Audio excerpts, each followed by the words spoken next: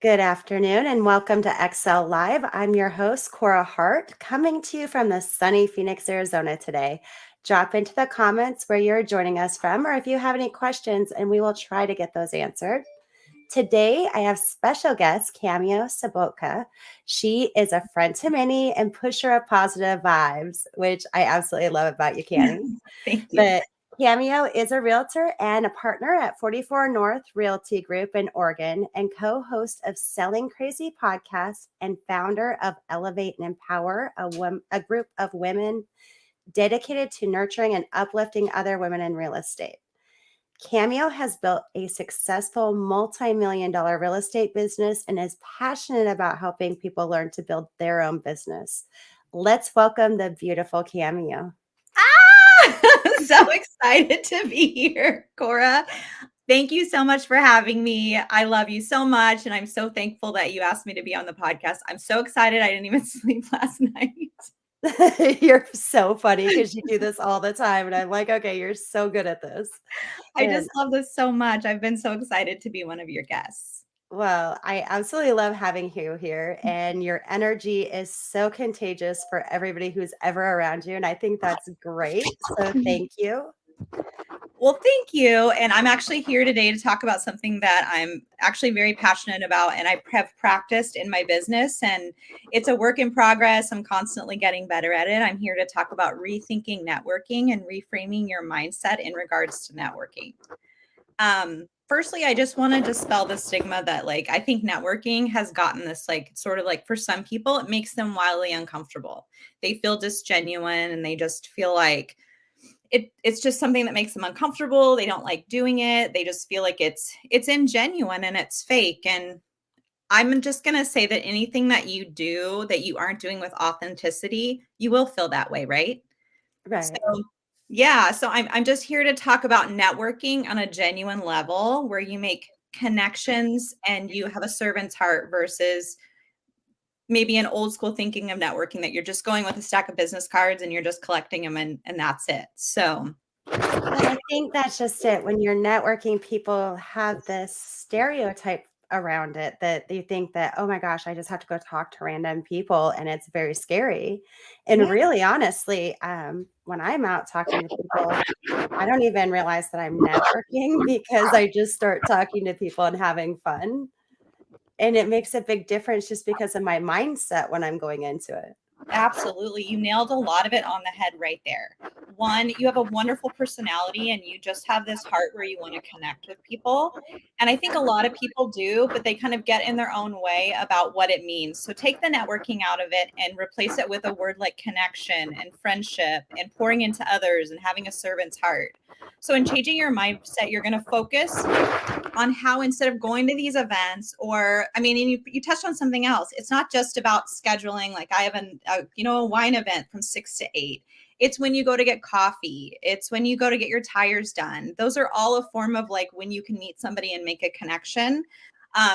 When you bring positivity and good energy, people remember you and they're drawn to you and they want to be around you. They want to connect with you. They want to work with you. So it's just the same thing we're always teaching agents. You want to build trust. You want people to like you, to know you, to trust you. And it's the same fundamentals when rethinking your networking. And one of the things I guess I like to do, and this is just a suggestion for anybody out there who's struggling with this, is I volunteer. And the reason I like to volunteer is because I'm helping people and I actually have an excuse to talk to everybody. Yes. So I like to do that just because it helps. And there's a lot of different ways to get involved in your community. Yes. And it does, it gives you a purpose. And sometimes I think that's where a lot of people struggle with their mindset is they're not sure what their purpose is when they're going to these events. Right. I mean, and that kind of leads me into something else. Your goal is always to leave a positive mark on other people and to make other people feel good. And in doing that, and in choosing activities, you want to be really intentional about choosing activities that you spend your time. I'm a busy mom. I run a business. I have all the things you talked about. So for me, if I'm going to spend time where I'm not working, which this is a form of working, but it's also for me something I truly enjoy is getting to know other people. But I have kiddos and I'm going to spend time with my husband and my kids. So when I do these things, I'm choosing intentional things that bring me joy, right? So I'm probably not going to choose to go to like a classic car convention because I don't really like, they're pretty, but I don't know anything about them and it wouldn't bring me joy. But for me, like attending things in the community, and we have a Salem Angels right now as a charity that our brokerage is really involved in. So pick events, be intentional, be selfish with your time, and then go to things that matter to you, things that interest you. I'm really into animal rescue, so I like animal rescue stuff. And when you go to those events and you're going for the right reasons, and you're excited to go, when you have conversations with people, a lot of that anxiety goes away because you're both there with a shared interest of something. That's very true. And being able to give back is ultimately the greatest gift. And you have said that is one of your favorite things, right?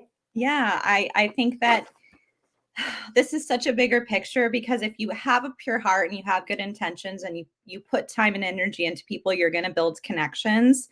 And if you do this without thinking, what am I going to get, or what am I going to get out of this relationship, your reward is tenfold. The connections that you make are real, and people, I have found that by doing things without expecting anything in return, that like really beautiful things have happened for me and for my business. I love that. And I love the fact that you are always thinking about giving back. That just makes you such an amazing person. You're so So sweet. I love working with people like you. It makes my heart feel full because I know that there are other good people and we're all trying to give back. And I think this group is just filled with a lot of people like that. They just don't know where to start. Yeah. So us helping them come up with an idea of where to start. And I guess that's one of my questions. So if you're brand new in real estate and you really don't know because I know a few people just moved to this area, how do they get involved in their community? Like, where would be a good place for them to start looking for ways to network?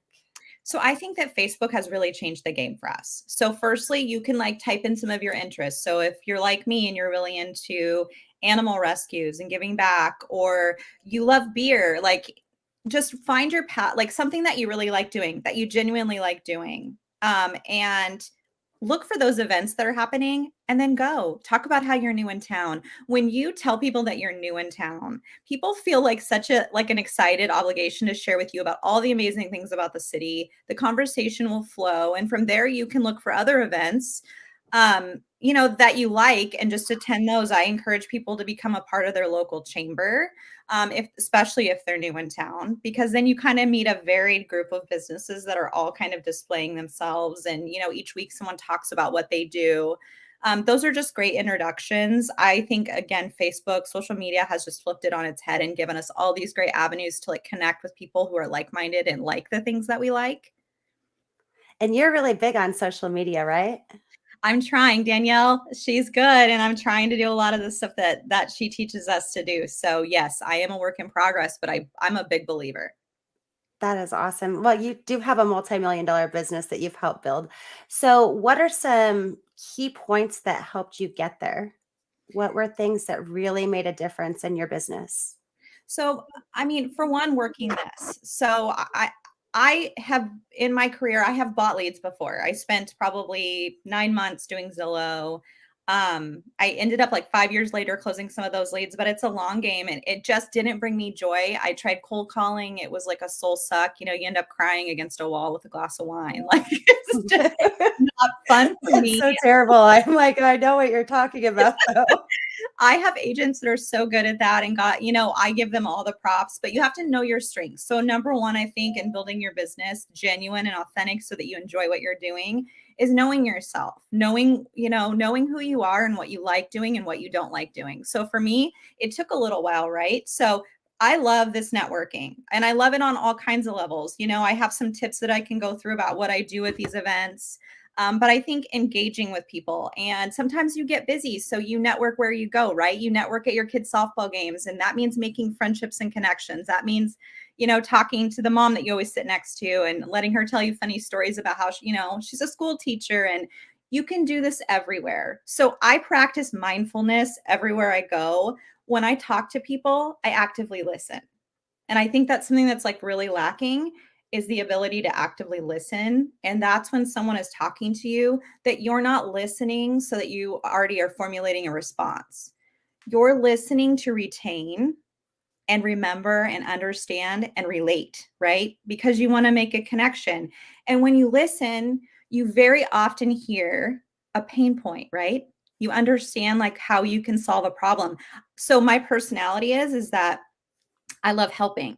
I'm a helper. So I love connecting. I'm a connector. So when someone says to me like, "Oh gosh, I don't know like if I should get solar panels," I share my solar panel, my experience with that, or I don't know who should do my tires. I share my experience with that. So if you start practicing it, if that's who you are and you do love to help and you start sharing your knowledge and you start connecting with people and really listening to what they're trying to tell you or what they're going through, what you hear and how you can be of service and how much you actually learn you like that person can be huge.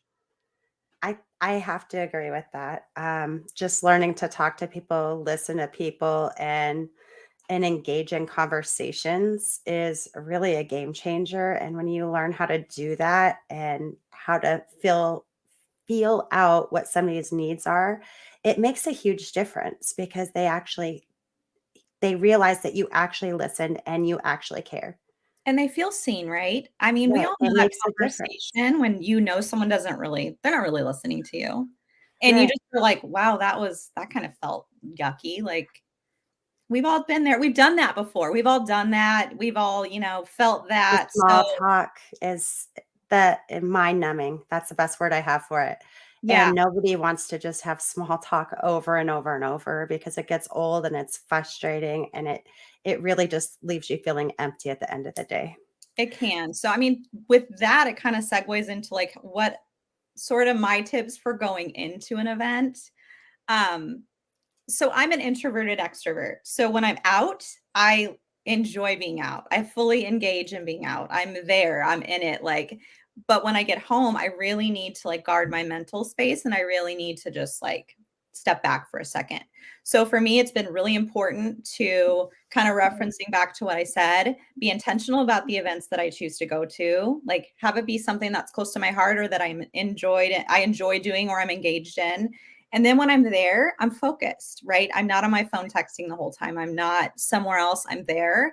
I like to go to events just a little bit early if I can, because it gives me a chance to chat with the host who's often too busy. Normally, once it gets going, they're busy. So I want to chat with the host. If there's speakers, I get a chance to hang out with the speakers a little bit and just kind of get some valuable information that maybe I wouldn't get if I had arrived late and they're already busy. Once you get going and people are there, I always like to ask people questions about themselves, right? And then I listen. And, we're chatting. I'm asking them about their interests. I'm asking them about their business. I'm asking them about their kids. And usually people will talk for a while because everybody likes talking, right? They all love to answer questions about themselves. But naturally, the conversation will turn and they'll ask you something about yourself. And this is your chance to highlight things that are important to you, right? Or you guys can chat about your mutual love of the event. When the conversation starts to lull, because it always does, and it starts to get awkward, like that's when it's time to wrap it up. It's short and sweet. It's okay. You just thank them and tell them it's been so great getting to know you. That's when you exchange your information. And back in the old days, it was business cards. And there's nothing wrong with business cards, but I like to do like electronic cards, digital cards. That way I capture their phone number and a lot of their information and I send them my digital card. And then you just kind of move on and you do the event. And when you're done and you're tapped out, then go. And that's okay too. I like that. And I think that is a part of it. Like you always feel like you have to give more and you don't. It's okay to stop at some points. And I do Yes. like that because Yes. it is important to recharge and take care of yourself and listen to how you're feeling inside as well. And Absolutely. I know with this business, that's a huge thing. You have to take time to just breathe once in a while. Right. And I found that a lot of real estate agents, they're givers, right? Like we're givers. Like we're used to listening to people. And sometimes like we'll just kind of keep carrying a conversation when it doesn't need to be carried anymore. And that could become emotionally draining. So give yourself permission that once you've had that really great conversation, you have this positivity that you're still leaving there, and then you capture information. And then it's okay to go. Like it's okay to go meet another friend, or decide that you're done and it's time to go home. And that's okay too. And And when you get home, you're going to like that. Usually that night I go home and I like everybody's business on social media. Oh, I like that idea. I was just gonna ask you, do you follow up? Do you have a plan for following up on how you deal with that? I do. I do. And so I go home and I either friend them if I haven't friended them already and I like their pages. If there's something really, I'll kind of go through their pages, and usually the events I like to attend, they seem to be a bit more intimate. I'm not going to like big conferences all that often. Sometimes I am, and it's a little harder to do this. But I'm going and I'm liking their pages. Sometimes I'm sharing their posts. And then the next day I follow up with just a little text saying like, it was so cool meeting you, or whatever is genuine to you. Usually I'm like, it was just really awesome getting to know you. Like, let's have coffee sometime. Sometimes if I meet somebody and it's just this great connection and they're like needing help with real estate, or we have a correlating business where we can collaborate, because I'm huge into collaboration.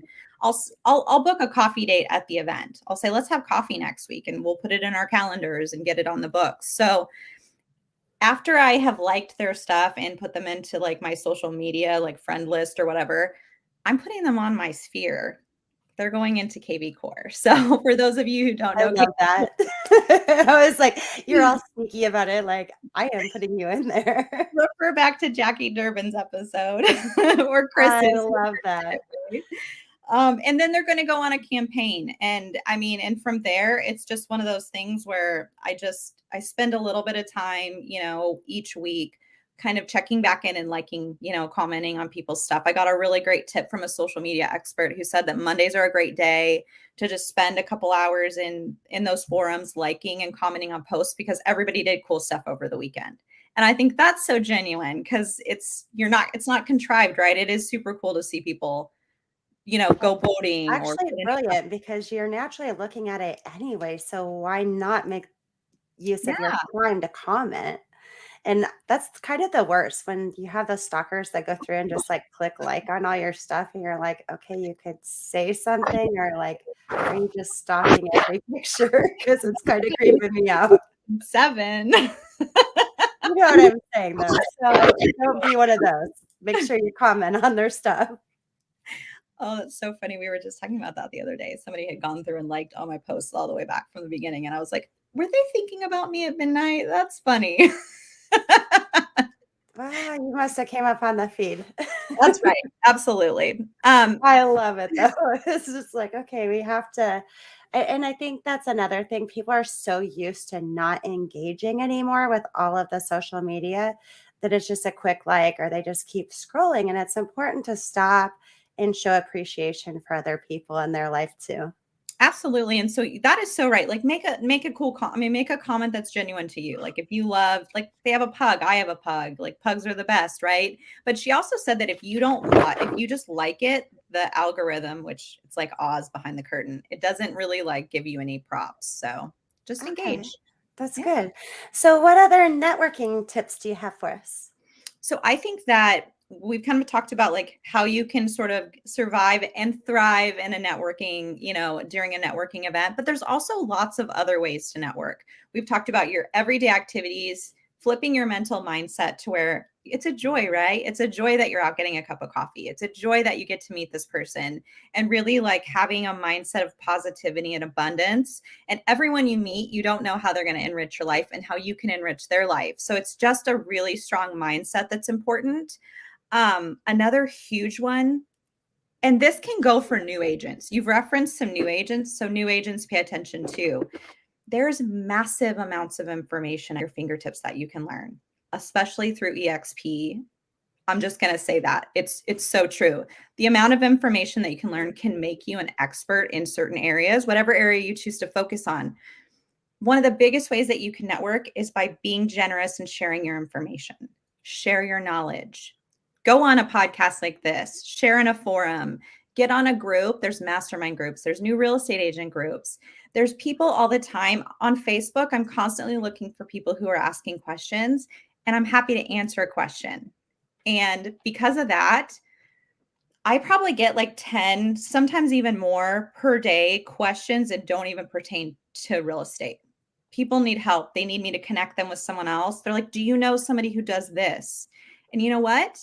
I either find out or I connect them with someone I know who's also a connector that can find that answer. But you want to be top of mind. So if you're providing education and staying in front of people and you're helping them when they have a question, when they do need to buy or sell, or they know of someone who needs to buy or sell, guess who else is popping up in their mind? You are, because you've been there helping them through everything that isn't even real estate related.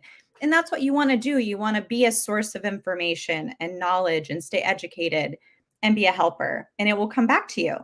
So you're kind of like the area expert. You can answer questions on all kinds of stuff. I try. I love that. And the fact that you have time to be a successful mom and wife and business owner is incredible. And I think Thank a lot you. of that has to be amazing time management on your part. You know, I am learning every year I do real estate. I learn something new, and I love this job. I tell my new agents, I tell everybody, no day is the same. Every day is an adventure. It's totally different. Not a boring day. Speaking of, my kiddos just came in. there's just not a boring day. So there's always an opportunity to learn, and never stop growing, never stop learning. You can never be the best agent. You can always better yourself. And I do have like another tip for especially newer agents. And someone actually came to me last week, and I kind of used to have a mindset of like this too. But be a part of your local MLS association. So you don't have to attend every single one of their events, but attend the ones that especially promote education and have big legislation changes coming up. Because not only are you going to be a better, more educated agent, but it is so important to not only build relationships with other businesses and other people in your community, but building relationships with other agents across brokerages is huge. Not only will you keep yourself educated and top of mind with your peers, but in a market that's tough, if an agent knows you, likes you, and trusts you, and they see your offer and it's just maybe slightly less better than the other one or slightly better, the chances of you knocking it out of the park for your client and getting that offer accepted are pretty good. I agree with that, because you're communicating and building that relationship, not just with other people who want to buy or sell their house, but with the agents that are representing those people. And That's that right. is priceless, especially when you're in a crazy market and things are, selling faster than you can send an offer in. Right. And even Yes. though things are starting to become more normal, which I'm excited about, Yes. it still makes all the difference, because those agents are going to be even more selective, who they want to work with. Yeah. And I mean, I think I saw that like so evident this last year when it's been extremely difficult to get offers accepted. And I would have like send an offer over, and I know it's not the best offer. And they'd be like, well, we want to work with you because we know that you're going to help us get it. Like, you're going to work hard for your client, and and I'm going to work hard for my client, but we know that we're going to work together because we have we have a goal to close and do the best for our clients. And so they accepted our offer. And I especially saw that, I saw that quite a bit this last year. And I have to say it's because I spent a lot of time building relationships with agents. And I've had agents come to me and be like, why would I spend time with realtors? It doesn't benefit me. It benefits your clients. It does. And it benefits everybody that are involved in a transaction when you can communicate clearly with everybody. Absolutely. Well And said. well, I just feel like that's like huge. So many people do not clearly communicate with other people. They communicate what they want, but they don't actually listen, and then are able to negotiate properly. So it's just They're not huge. actively listening. So yeah, I love it. Yeah. Well, I just absolutely love having you on here, and I appreciate your time so much. I know you have kids coming home, and we all have a busy schedule. So I Well, I had a appreciate you, lot and of I hope you'll come back again. Oh my gosh, I would love to come back. Thank you so much for Okay. having me. This has been a And joy. we'll do something fun, maybe come up with some, I don't know, party Let's favors to throw around while let's we're do doing a this. Q&A. Let's have people send us questions and we will I answer your wish questions. they would. We only had one today, and I was like, well, guys, come on. You guys can do better. Give us more questions. Right. We want more questions. Well, hopefully they'll go on and leave some questions for us or comments, and we can respond after the broadcast is over. But I That would be. appreciate you, and I look forward to working with you again. Thank you, Korah. Likewise. Have a good day. You too. Bye-bye. Bye.